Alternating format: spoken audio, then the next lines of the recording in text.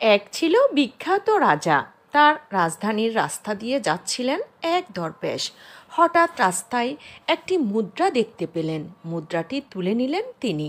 নিজের সাধারণ জীবনযাপন নিয়ে তিনি খুবই খুশি ছিলেন। এই মুদ্রা তার কোনো কাজে লাগবে না, তাই ভাবলেন যার দরকার তেমন কোনো অভাবী গরিবকে এটি দান করবেন। কিন্তু সারা দিনেও তেমন কোনো লোক খুঁজে পেলেন না। অবশেষে রাত কাটালেন একটি পান্থশালায়। পরদিন সকালে জেগে উঠলেন দরবেশ। দেখলেন রাজা চলেছেন অন্য দেশ জয় করতে, সঙ্গে চলেছে সৈন্য সামন্ত। দরবেশকে দেখে রাজা সৈন্যদের থামতে আদেশ দিলেন। দরবেশের কাছে এসে রাজা বললেন, মাননীয় দরবেশ, অন্য দেশ জয় করতে যাচ্ছি। এতে আমার রাজ্য আরও বড় হবে, আমি আরও ধন সম্পদের মালিক হব। আপনি আমাকে আশীর্বাদ করুন যেন জয়ী হতে পারে। দরবেশ একটু চিন্তা করলেন, তারপর সেই মুদ্রাটি দিলেন রাজার হাতে। রাজা তো হতভম্ব, খানিকটা বিরক্ত। এই সামান্য একটি মুদ্রা তার কি এমন কাজে লাগবে? কারণ তিনি একজন সেরা ধনী রাজা। তিনি কৌতূহল নিয়ে দরবেশের কাছে জানতে চাইলেন, হে দরবেশ, এই একটি মুদ্রার কি মানে?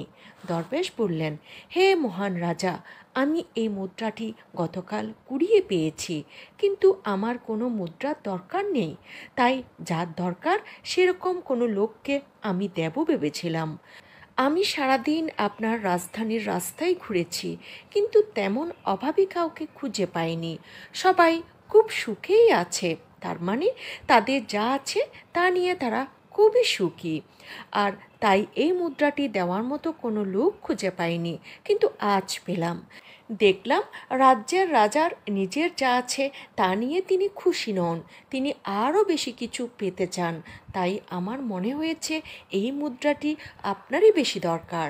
রাজা নিজের ভুল বুঝতে পারলেন, বাতিল করে দিলেন যুদ্ধযাত্রা।